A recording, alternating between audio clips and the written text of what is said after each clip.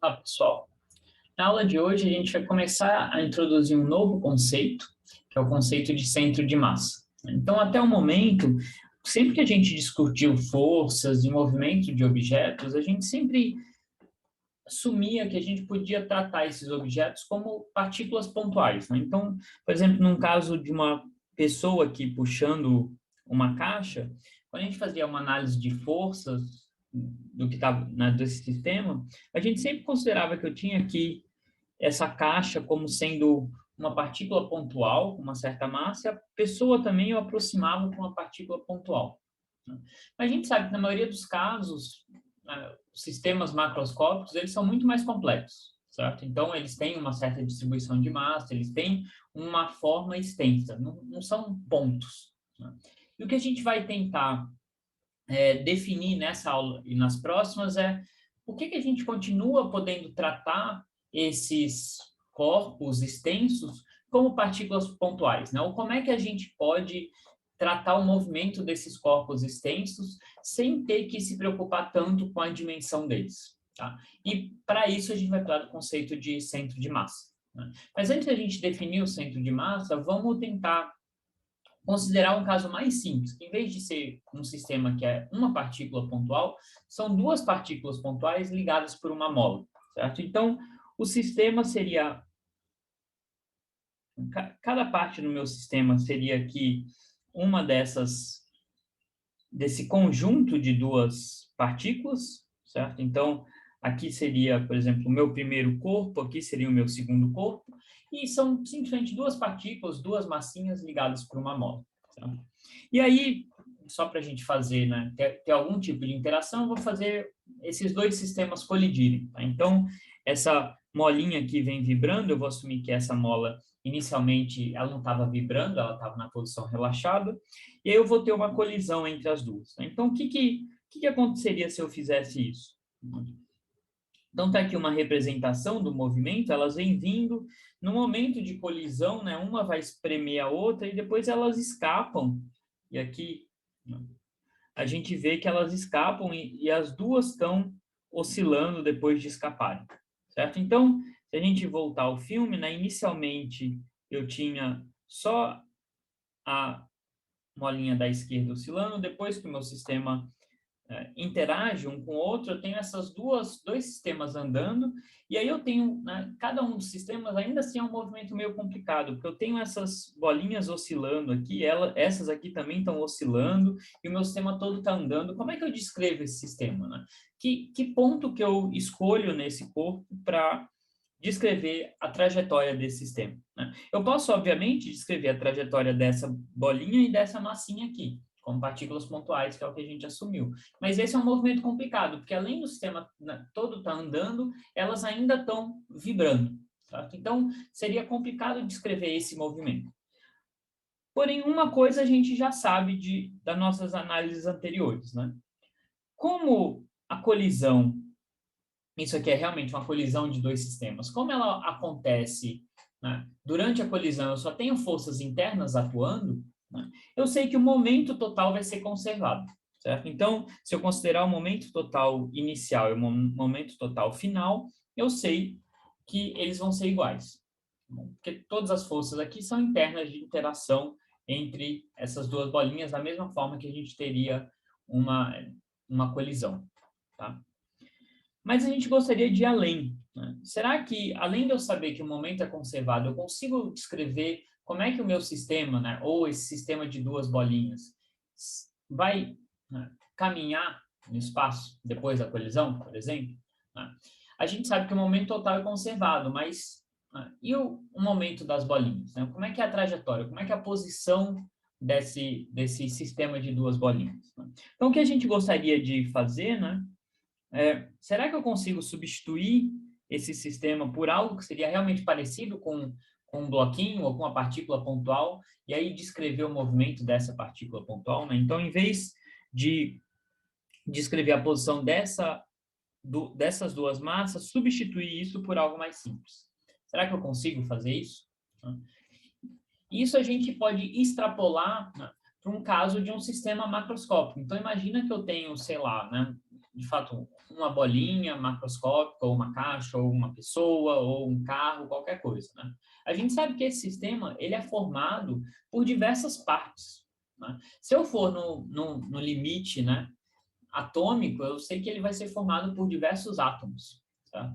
Como é que esse sistema super complicado eu posso descrever pelas leis de Newton? Né? Eu tenho lá um número absurdo de partículas lá dentro. Né? E a gente sabe que, né, em geral, a gente consegue descrever esses sistemas macroscópicos. Né? Então, de alguma maneira, a gente consegue substituir esse sistema de várias partículas super complicado por algo mais simples. Tá? Então, é isso que a gente vai formalizar na aula de hoje. É algo que a gente, de alguma forma, assumia nos exemplos anteriores, quando a gente tratava de corpos extensos, mas agora a gente vai ver por que que isso, de fato, é possível e entender exatamente como fazer essa descrição de um sistema que a gente chama de um sistema de muitas partículas, certo? Um sistema complexo. E conseguir descrever isso de uma maneira simples, esse é o objetivo. Tá? Então, se a gente olhar para o exemplo da mola, que eu acabei de mostrar para vocês, tá? Se eu marcar um ponto aqui que está entre as duas molas, então imagina que eu tenho, entre as duas massinhas, desculpa, então imagina que eu tenho duas massinhas ligadas por uma mola, eu olho o ponto central entre as duas, certo? Então, o ponto está exatamente entre as duas massinhas. As massinhas estão oscilando, certo?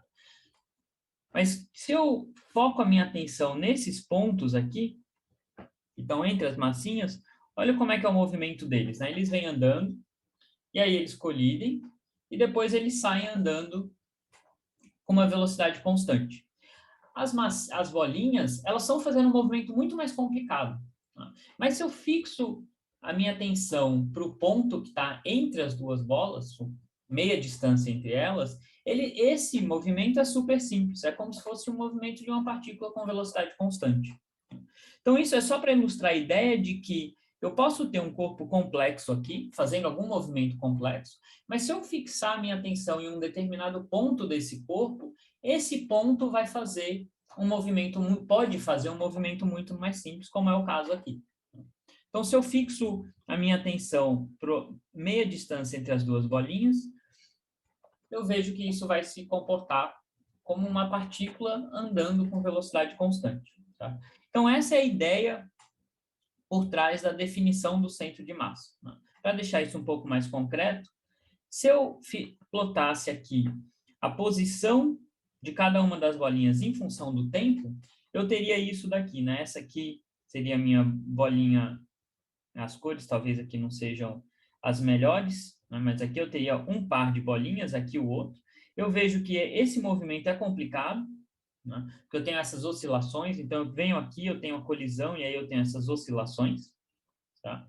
Mas se por outro lado eu fixo a minha atenção, em vez de querer ver onde cada bolinha está em cada instante de tempo, eu olho simplesmente para o ponto que está a meia distância das duas bolinhas, né? Então está bem no centro entre as duas bolinhas, o que eu vou ter é um movimento muito mais simples, certo? Então eu vou ter um movimento desse aqui, que é uma linha reta. Certo? Então, é um movimento com uma velocidade constante. Então, eu venho com uma certa velocidade e saio com uma certa velocidade. Tá?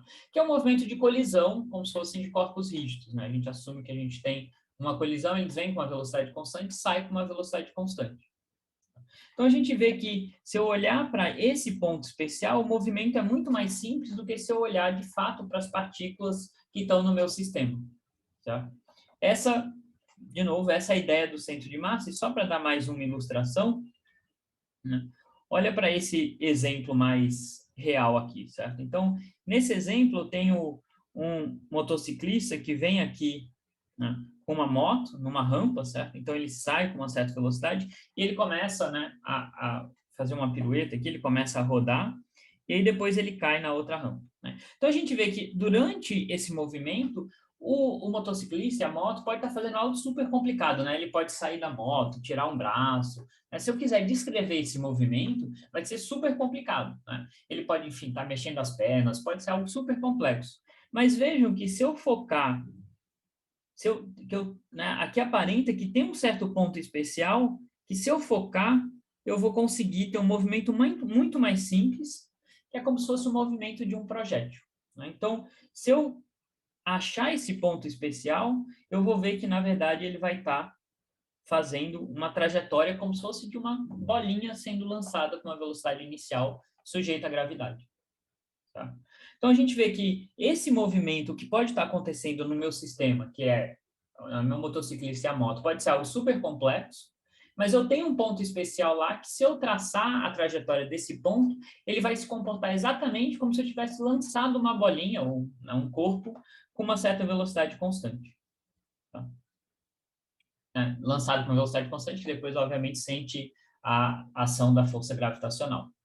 Tá? Então, é isso que a gente vai definir agora, né? Então, tudo isso foi para introduzir por que a gente olha para esse ponto especial, né? Então, tentei mostrar para vocês que existe um ponto especial de um sistema complexo que se comporta de uma maneira muito mais simples do que cada parte do sistema, tá? Esse é justamente a ideia do centro de massa.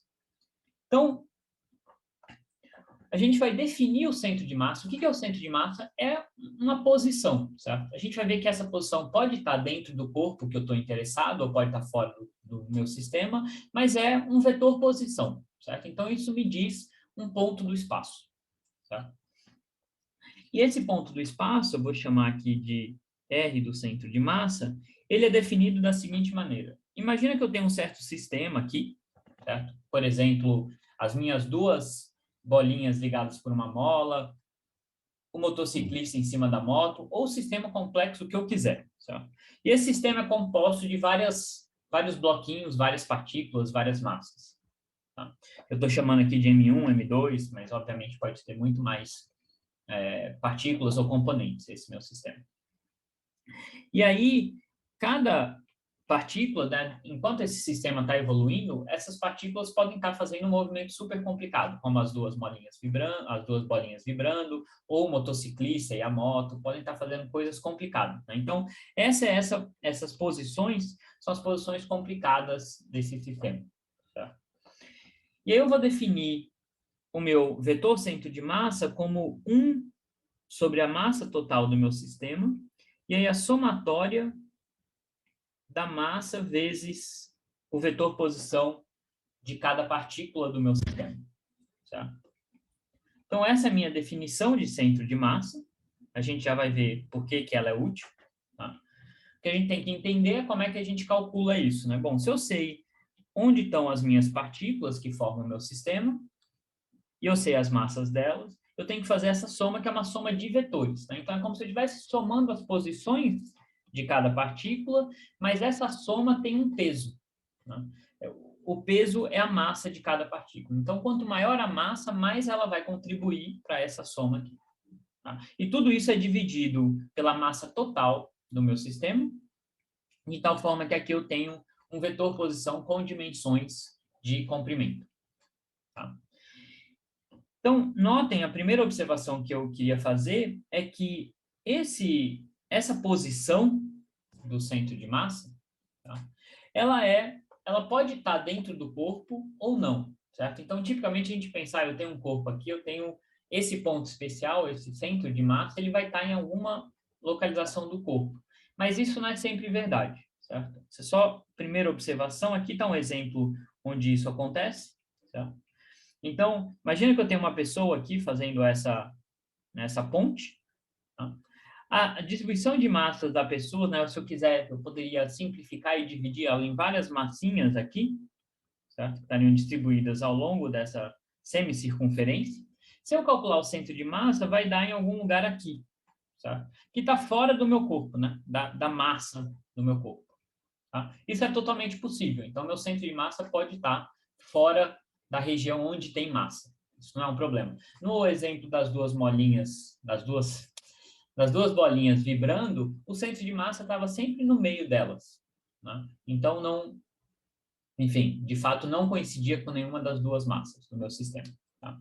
Agora, a gente vai entender por que essa definição aqui de centro de massa, ela permite simplificar o movimento do meu sistema complexo. Tá? Então, vamos analisar como é que esse centro de massa se comportaria. Né? O que acontece aqui? Bom, eu sei que cada partículazinha, as posições delas vão poder estar mudando com o tempo. né? E elas vão obedecer à segunda lei de Newton, F igual a ma, certo? Então, isso aqui pode depender do tempo, isso aqui também pode depender do tempo. A vantagem do centro de massa, como mostrei para vocês, é que, em geral, o centro de massa vai ser o movimento do centro de massa vai ser muito mais simples do que o movimento de cada uma dessas partes aqui.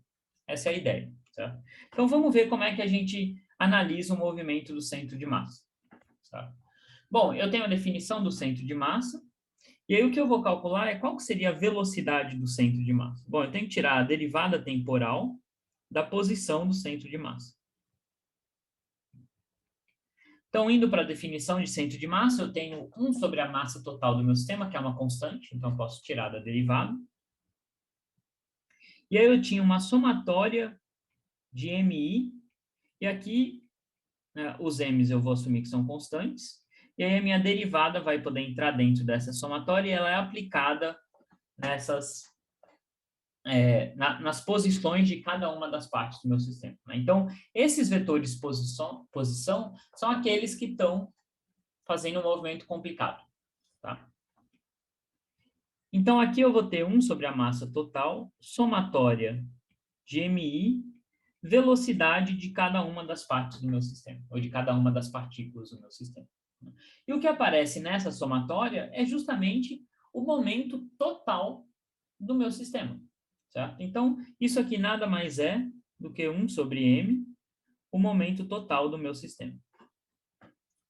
Tá?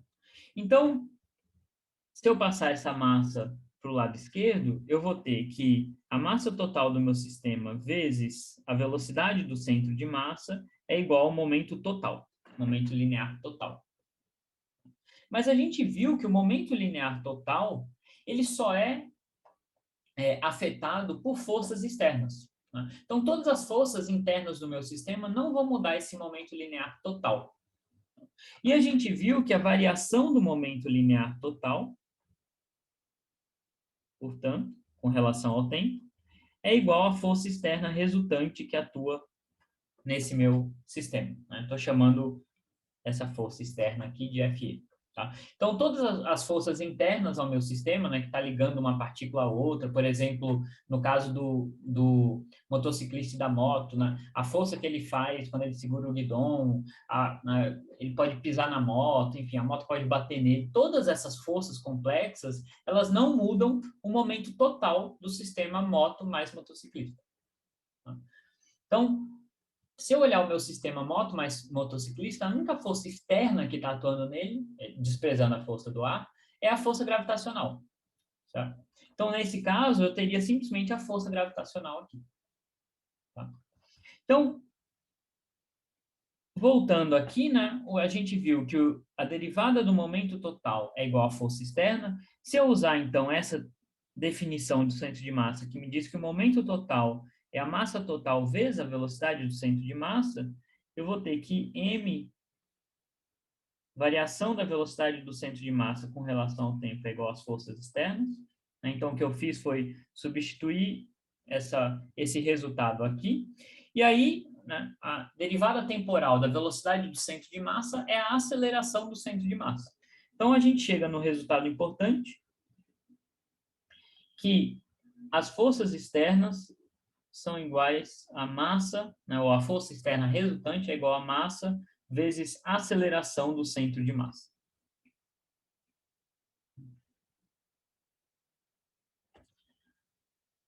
E daí, né? O que isso quer dizer? Bom, isso quer dizer que eu tenho aqui uma equação para um ponto que não é mais uma partícula, não é um corpo, é um ponto do espaço, que é dado por esse centro de massa, né? Não precisa nem coincidir com alguma partícula no corpo, pode ser um ponto até fora do corpo, mas esse ponto, ele só é afetado, o movimento dele é determinado pelas forças externas do sistema.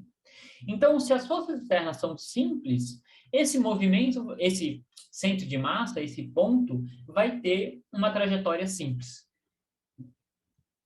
Então, esse é o resultado importante, parece um resultado simples, né? A gente voltou para F igual a ma, certo?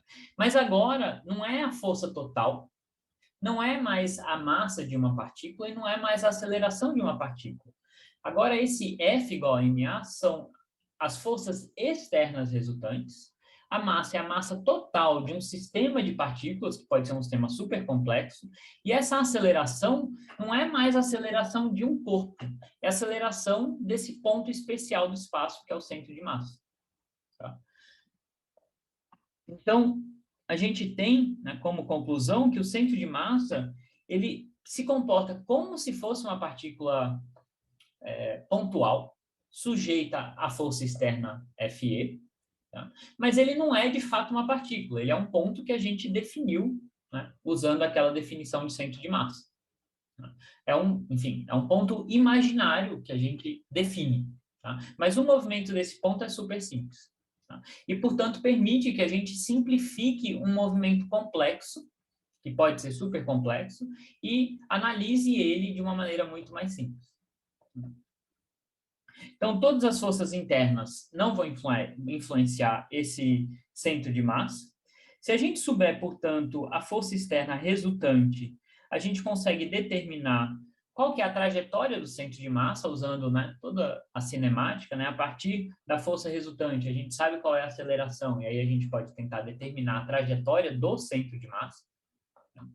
Em particular, se a força resultante externa for constante, a gente já sabe qual é a trajetória do centro de massa, né? Porque uma força constante me dá uma aceleração constante, e aí a gente sabe que a trajetória do centro de massa vai satisfazer aquela expressão, né? Posição do centro de massa em função do tempo é a posição inicial, mais a velocidade vezes o tempo, mais a aceleração vezes o tempo ao quadrado sobre 2. Onde a aceleração aqui é dado só pelas forças resultantes dividido pela massa. Então, com essa definição desse ponto imaginário, que a gente chama de centro de massa, a gente consegue, em muitos casos, simplificar bastante a análise do movimento. O meu sistema pode ser algo super complexo, mas se eu focar nesse ponto imaginário, esse ponto imaginário vai fazer uma trajetória bem simples. Em geral, muito mais simples do que as partes do meu sistema. Então, voltando para os exemplos, né, no caso das conjunto de duas molinhas colidindo, né? O centro de massa fica bem no meio delas. Tá? Depois da colisão, eu não tenho força nenhuma atuando, força externa nenhuma atuando no meu sistema, né? O meu sistema é esse daqui. Tá? Então, não tenho força externa nenhuma atuando nele, então ele tem que andar com uma velocidade constante, que a força externa é zero, então a aceleração do centro de massa é zero, o centro de massa vai andar com uma velocidade constante, como se fosse uma partícula livre.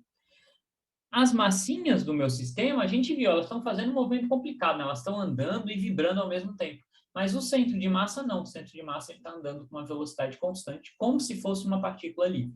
Tá? Então, essa é a vantagem de considerar o centro de massa. O movimento é muito mais simples.